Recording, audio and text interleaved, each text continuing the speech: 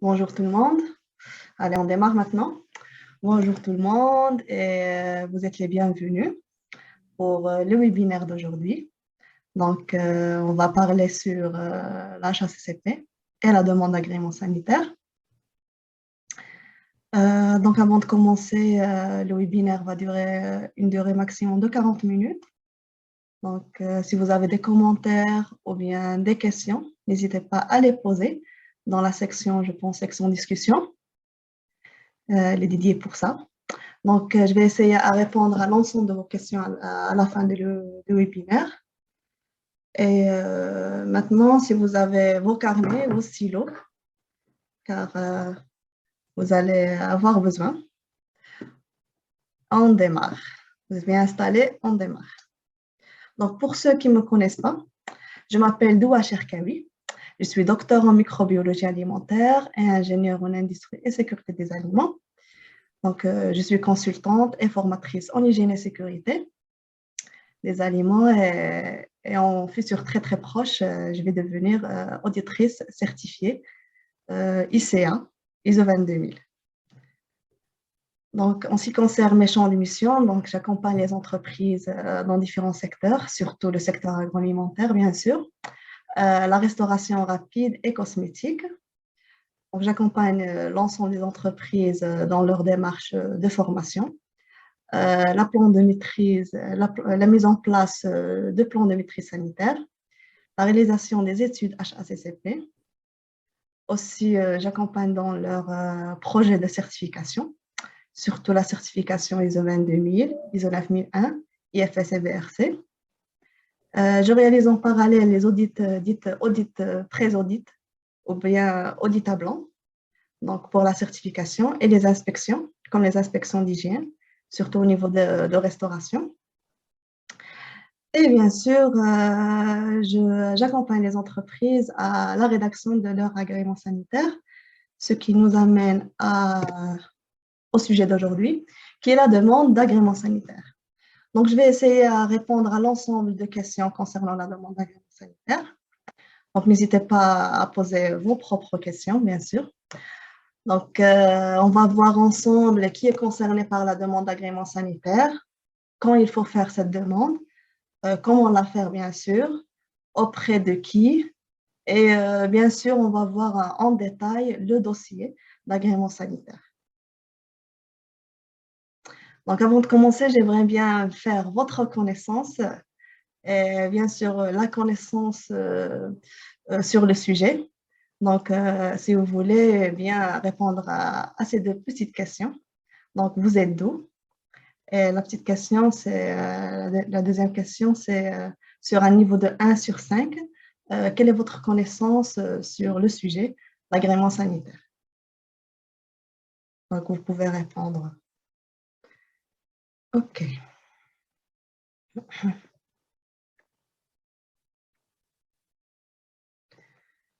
Je vais voir votre réponse après. Donc, la demande de l'agrément sanitaire intéresse surtout les exploitants des produits d'origine animale. Et bien sûr, les denrées alimentaires qui contiennent les produits d'origine animale, comme ingrédients, par exemple. Donc, la demande d'agrément sanitaire doit être effectuée auprès de services de proximité, puisque j'ai l'expérience au Maroc et en France. On va parler sur ces deux pays. Donc, au niveau de la France, on a l'ADDPP, la Direction départementale de la protection des populations. Et au niveau du Maroc, on a l'ANSA, l'Office national de sécurité sanitaire des aliments. Donc, avant d'entamer la démarche de la demande d'agrément sanitaire, il faut bien noter qu'il faut se renseigner avant, parce qu'il y a des situations ou bien des activités qui n'ont pas soumises à la demande de l'agrément sanitaire. Donc, vous pouvez vous renseigner auprès des services de proximité, la DDP et l'ANSA, pour savoir si votre activité est bien soumise à une demande d'agrément sanitaire ou non. C'est bien jusqu'au-là? J'espère que c'est bien. Donc, qui est concerné par la demande d'agrément sanitaire? Donc, comme on l'a déjà vu, les exploitants des produits d'origine animale, ce sont eux qui sont concernés par cette demande plutôt que des autres. Donc, les exploitants qui préparent ou bien transforment, manipulent, déconditionnent, reconditionnent ou bien juste entreposent sous une température contrôlée, bien sûr, des produits d'origine animale ou des denrées qui contiennent des produits d'origine animale. Il faut faire la différence entre les deux. Donc, on a aussi les navires congélateurs, les navires usines, y compris les navires cuisseurs de crustacés et de mollusques. Donc, pour voir qui est concerné par la demande de l'agrément sanitaire, bien sûr, ça diffère. On a vu, ça diffère selon l'activité, ça c'est évident, et ça diffère selon le champ de, comment dirais-je, de commercialisation. Donc, le circuit de commercialisation. Donc, pour la nature d'activité, on va voir les abattoirs, les ateliers de découpe, les établissements qui produisent la viande hachée et la viande séparée mécaniquement, les établissements produisant la préparation à base de viande, la charcuterie, par exemple, les établissements de manipulation de produits de pêche, les établissements de transformation de lait, fabrication de yaourts, et l'établissement de fabrication de crème glacée, surtout si le lait donc, reçu est un lait cru. Donc, c'est si le lait est cru, donc ça représente un danger, c'est pour ça il faut s'assurer que l'établissement a un agrément sanitaire. L'établissement d'entreposage sous température contrôlée. Et selon le circuit de distribution, ici, il faut bien faire attention. Donc, ici, on a trois cas de figure. On a le premier cas de figure dans lequel l'activité est très bien soumise à l'obtention d'un agrément sanitaire. OK. Donc, ce sont les établissements qui vendent des produits à des intermédiaires surtout, ou à d'autres exploitants, comme des grossistes, des détaillants, des restaurateurs, des ateliers de transformation, par exemple. Et on a le deuxième cas de figure dans lequel l'activité n'est pas du tout soumise à l'obtention d'agréments sanitaires. Dans ce cas, on a l'établissement qui effectue uniquement la vente en détail. Donc, si l'établissement va effectuer la vente en détail, ce n'est pas nécessaire de faire une demande d'agrément sanitaire. Donc, on a la vente en détail, on a la vente au particulier. Par exemple, on a les cafétérias, les restaurateurs rapides, la restauration collective, les supérettes, la vente sur les marchés locaux, la livraison des produits alimentaires à domicile. Et le troisième cas de figure, dans ce cas de figure, on a la demande de dérogation d'agrément sanitaire. Donc, on a cette possibilité de faire une demande de dérogation. Dans ce cas, l'établissement doit effectuer l'activité principale doit être la vente au détail et de faibles quantités à des intermédiaires. Donc, il faut bien souligner faible quantité à des intermédiaires. C'est pour ça qu'il va constituer un dossier qui doit respecter certaines conditions, comme par exemple le type de client, les types de produits, et le volume, bien sûr, de la production et de vente, et la distance de livraison. Et dans ce dossier, il a l'obligation de mettre en place déjà un plan de maîtrise sanitaire et de former l'ensemble de son personnel à l'hygiène alimentaire. OK. Maintenant, on passe à la question. Et bien sûr, je pense très, très logique. Quand faire la demande de l'agrément sanitaire? Donc, c'est logique qu'il faut la faire avant de commencer l'activité et plus spécifiquement en moins 2 mois avant le début de l'activité. Donc, si vous souhaitez exercer plusieurs activités, donc ça diffère. Par exemple, je sais pas, la production de yaourt et je sais pas, la production de lait fermenté, par exemple. Si on a deux produits, donc on doit déposer autant de dossiers de l'agrément sanitaire que l'activité souhaitée. Donc maintenant, on passe au comment. Comment faire les choses. Donc, comment faire une demande de l'agrément sanitaire. Donc, c'est selon, bien sûr, selon les pays. Donc, au niveau de la France, au niveau de la DDPP, on peut la faire en ligne. Donc, c'est facile. Ou bien de transmettre le formulaire papier, accompagné de l'ensemble de documents, bien sûr, à la DDPP. Donc, vous allez trouver toutes les informations nécessaires à la demande de l'agrément sanitaire sur le site web mesdémarches.agriculture.gouv.fr. Vous allez aussi trouver ici comment dirais-je, des modèles types de dossiers de demande. Vraiment, c'est très, très intéressant. Au niveau de l'ONSA, il faut adresser ou bien déposer le dossier de l'agrément sanitaire auprès de services vétérinaires provinciaux, bien sûr. Et aussi ici, vous allez trouver les informations concernant la demande au site web www.onsa.gov.ma. Donc maintenant, on va attaquer le dossier. Donc le dossier d'agrément sanitaire, en général, englobe 3 parties. Donc, on a une première partie dans laquelle on va trouver un formulaire ou bien une fiche de présentation générale de l'entreprise.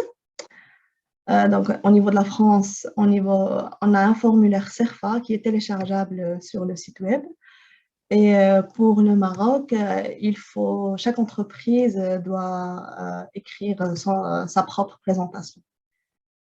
Donc, la deuxième partie, on a un descriptif des activités de l'établissement des locaux.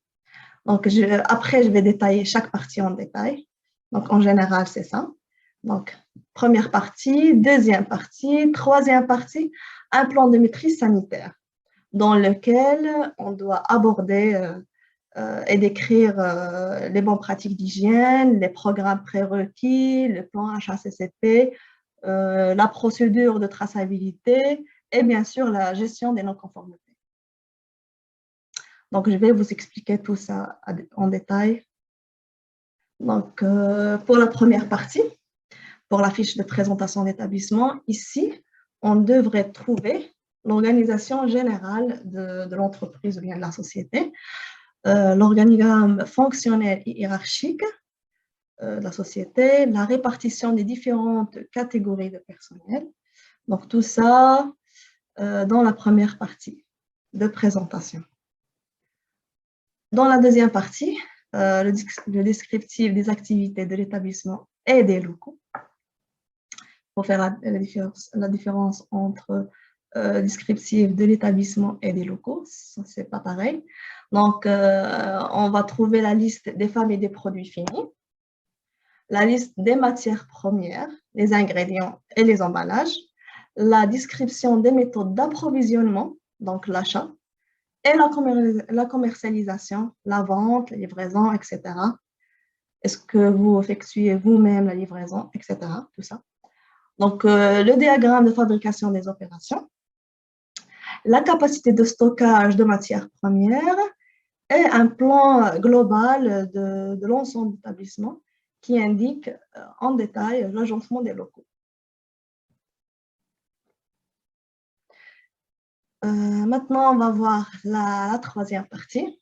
Donc, cette partie nécessite un peu de réflexion et d'attention, bien sûr. Donc, le plan de maîtrise sanitaire va englober surtout les bonnes pratiques d'hygiène et les prérequis, le plan HACCP et la gestion des non-conformités, ça entre dans le plan HACCP et la traçabilité, tout ça. Donc, en ce qui concerne les bonnes pratiques d'hygiène et les programmes prérequis, ici, on doit trouver un plan de formation de personnel et l'état de santé, bien sûr, l'organisation de la maintenance des locaux, des équipements, du matériel. J'ai coloré ça en orange parce qu'après, je vais vous donner un exemple pour l'organisation de maintenance. Donc, la maintenance, les mesures d'hygiène, surtout le plan de nettoyage et désinfection, l'instruction relative à l'hygiène personnelle, le plan de lutte contre les nuisibles, donc on va voir un exemple aussi, les procédures relatives à la maîtrise des températures et à la chaîne de froid, et les procédures de contrôle à la réception et à l'expédition. Donc, vous voyez là, on a les programmes prérequis et les bonnes pratiques d'hygiène. Ça, c'est clair. Donc, en ce qui concerne l'exemple pour l'organisation de maintenance, donc ici, on doit citer surtout les équipements ou bien les matériels qui sont sensibles à l'hygiène. Donc, par exemple, les systèmes frigorifiques, les balances, les trancheuses, les repas, les machines sous vide, les ventilateurs, etc. Donc, pour cela, il faut élaborer un tableau comme celui-là, dans lequel vous allez noter le matériel, le type de matériel de locaux, par exemple la balance, l'entreprise, donc la responsabilité. Est-ce que l'activité est externalisée? Donc, vous appelez à une autre entreprise pour effectuer l'activité maintenance, le service maintenance, ou bien c'est interne, ou bien vous effectuez vous-même la maintenance. Ici, vous allez décrire en détail cette activité de maintenance. Donc, vous faites comment pour maintenir la balance et la fréquence de cette activité. Et en ce qui concerne le plan de lutte contre les nuisibles, donc c'est simple. Donc, vous allez mettre un autre tableau, bien sûr, dans lequel vous allez citer le type de nuisible, rongeurs, insectes, rampants, insectes volants, etc. Et les moyens de lutte, donc les appâts, des insecticeurs électriques, etc. Vous pouvez ajouter un autre axe, surtout pour la responsabilité. Donc, comme on a vu, est-ce qu'elle est externalisée ou bien interne? Aussi, vous devez ajouter un plan, surtout un plan des appâts, pour voir leur localisation. Donc, ils sont localisés où? Donc, les appâts, pour les appâts et pour les pièges. Et si vous avez un cahier de charge pour un cahier de charge avec les entreprises externes, vous devez faire une copie pour ce cahier de charge. Donc, ça doit figurer dans la demande de l'agrément sanitaire. Donc, en passant maintenant au plan d'HACCP. Donc, le plan HACCP doit répondre aux 7 principes d'HACCP, qui est bien sûr commençant par l'analyse des dangers et la maîtrise des points à risque, donc la maîtrise des CCP ou bien la maîtrise des PRPO. Donc, pour ce cas de figure, on va trouver, bien sûr, on va commencer avec la présentation de l'équipe HACCP, de la société, la présentation du champ d'application de l'outil HACCP, l'analyse des dangers. Donc, on doit citer les dangers biologiques, physiques, chimiques et allergènes, bien sûr en relation avec votre activité, l'identification des points critiques, les CCP, la détermination des limites critiques en relation avec les CCP, bien sûr, les procédures de surveillance, bien sûr, des points déterminants, et la description des actions correctives. Et enfin, on doit présenter une présentation de système documentaire et d'enregistrement. Donc, toutes les fiches et les enregistrements que vous avez au sein de vos entreprises, vous allez les citer ici. Donc, maintenant, un petit exemple pour la gestion des non-conformités. Donc, le suivi des non-conformités des actions correctives prises permet, ça on le sait, permet d'améliorer le plan de maîtrise sanitaire. Donc, un petit exemple pour les non-conformités qu'on peut avoir au sein de l'entreprise.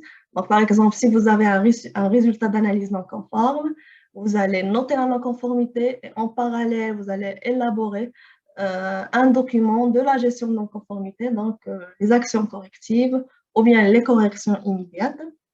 Donc, on a aussi une température de chambre froide trop élevée. Donc, c'est quoi l'action corrective que vous allez mener en parallèle de cette non-conformité? Est-ce que vous avez réalisé une maintenance? Vous avez changé le matériel? etc. Équipement.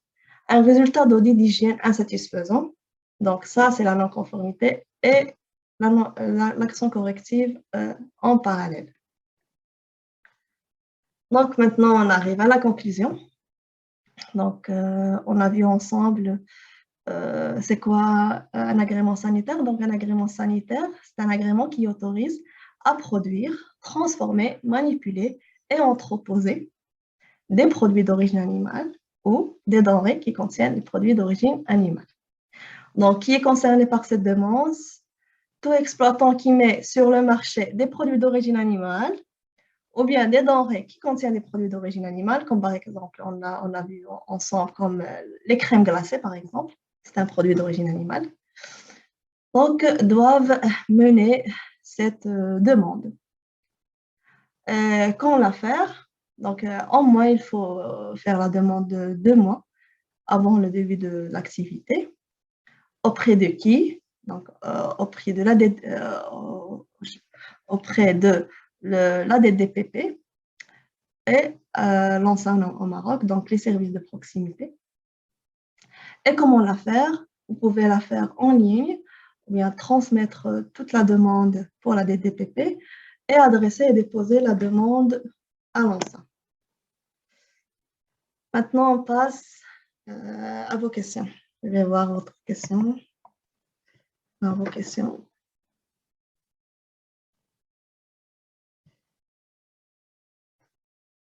Si vous avez des questions, bien sûr. Je n'arrive pas à voir les questions. Dernière chose, j'ai le commentaire de Lenovo. Je ne sais pas, ils sont où les questions. Si vous n'avez pas posé les questions, c'est le temps ou jamais. Sinon,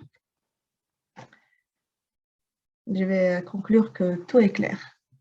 Est-ce que l'autorisation de l'ONSA doit être renouvelée? Si vous changez une activité, donc si vous ajoutez une autre activité, elle doit être renouvelée. Sinon, l'autorité effectue toujours des contrôles. Ils vont voir donc l'état de votre système, du plan HACCP, l'hygiène des personnels, le respect des bonnes pratiques d'hygiène. Donc, c'est déjà contrôlé. Donc, vous n'avez pas besoin de renouveler l'agrément sanitaire. Mais si vous changez d'activité, oui. Ou bien vous ajoutez une autre activité, oui. C'est quoi le risque pour un boucherie, par exemple, qui n'a pas fait la demande HACCP? Ah, c'est une bonne question. Et ça vient du bon sens. Donc, il ne peut pas démarrer l'activité. C'est tout à fait simple. Donc, une grande amende. La demande HACCP. La demande d'agrément. Ouais, oui. Une autre question? On a largement le temps. Vous pouvez poser des questions à propos du plan HACCP, plan de maîtrise sanitaire. Bonjour, où est-ce qu'on peut trouver liste actualisée des établissements agréés ou autorisés en ça, puisque le site officiel n'est pas toujours à jour? Les établissements agréés. Au niveau de l'ONSA, j'ai aucune idée. Je ne travaille pas avec l'ONSA. Mais je pense que vous pouvez les contacter directement au téléphone. C'est, je pense, oui. Donc, les contacter directement.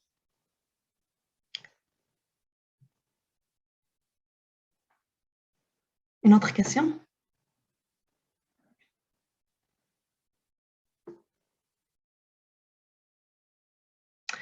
Bonjour, merci pour la présentation. Pour avoir l'agrément, est-ce que c'est nécessaire de faire la description de tous les produits? Oui, oui. C'est une très bonne question. Oui, il est nécessaire de faire la description de tous les produits et les ingrédients et les emballages. Donc, oui, il est nécessaire de faire ça.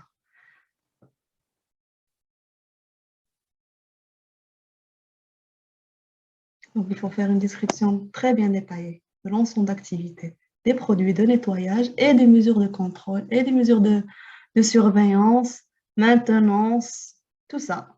Tout le plan HACCP doit être respecté dans la demande d'agrément sanitaire. C'est comme vous faites une présentation de votre plan HACCP dans la demande d'agrément sanitaire. Oui. Est-ce qu'on peut commercialiser au Maroc sans l'agrément de l'ONSA? On a vu ça dans les trois figures dans les trois cas de figure. Donc, si vous allez commercialiser au détail et de faibles quantités, vous allez vendre des faibles quantités, vous pouvez réaliser une demande de dérogation qui va être étudiée auprès de services de proximité. Donc, vous allez avoir une acceptation ou bien un refus de la demande. Donc, selon,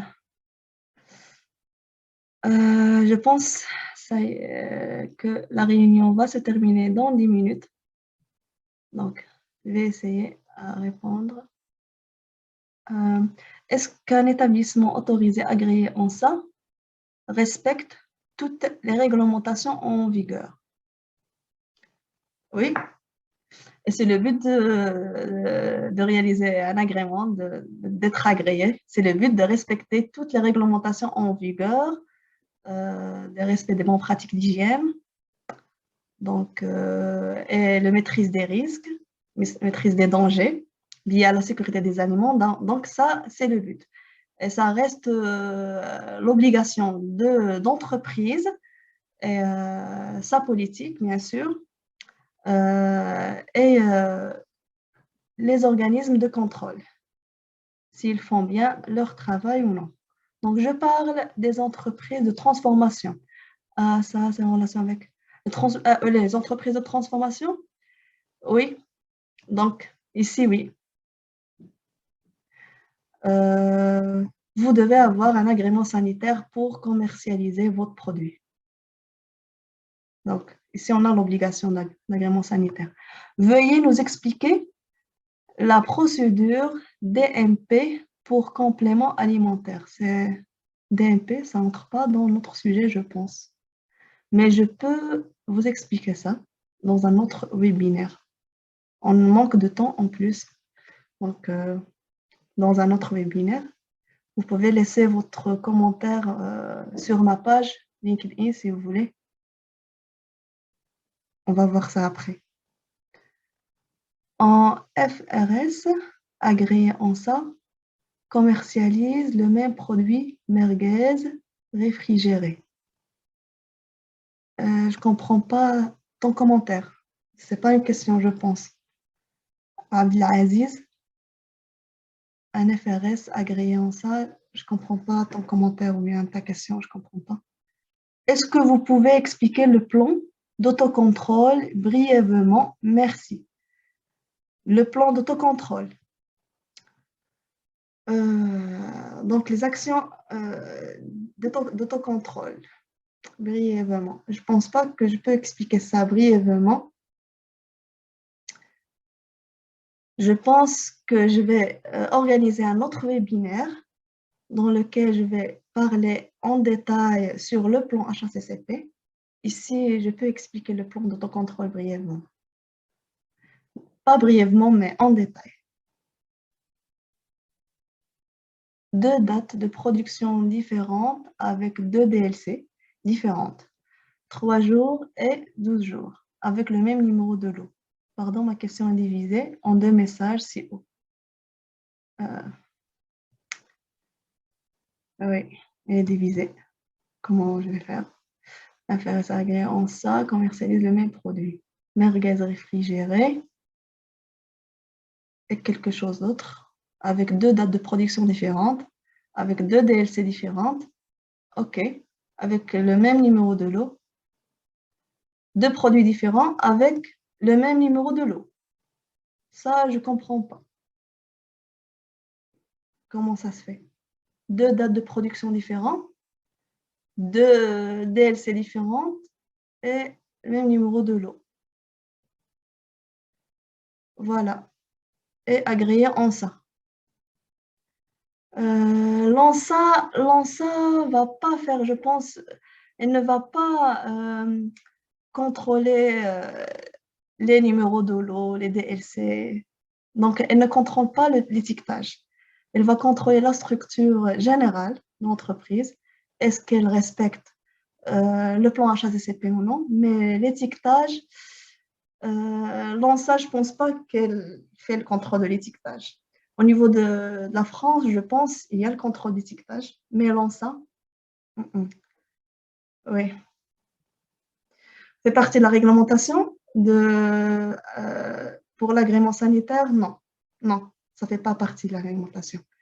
Vous avez juste besoin de faire une description détaillée des matières premières, les ingrédients, mais l'étiquetage, non. Non. Ça va faire partie de certification, de projet de certification, si vous voulez être certifié après ISO, bien sûr, mais l'agrément sanitaire, non. Je pense que ça y est, c'est le temps. Donc, merci pour votre attention et pour l'ensemble de vos questions. J'espère que j'ai bien répondu à l'ensemble de questions. Comment je peux faire confiance à un FRS agréé qui triche sur les étiquettes? Ça, tu parles maintenant aux fraudes. Oui. Vous pouvez me laisser des commentaires si vous voulez qu'on parle d'un sujet précis. Donc, je peux parler de la fraude, je peux parler de l'ISO 22000. Donc, vous me laissez vos commentaires après sur ma page. Donc, on va revoir la page. Donc, ici. Donc, sur mon LinkedIn ou bien sur mon adresse mail directement. Je reste à votre disposition. Donc, je vous souhaite un bon week-end. Comment on peut vous contacter? J'ai besoin de faire... c'est ça. Vous pouvez me contacter sur mon mail directement ou bien sur mon profil LinkedIn. Ok, donc je vous souhaite un très bon début de week-end et on se verra très très bientôt. Merci, au revoir.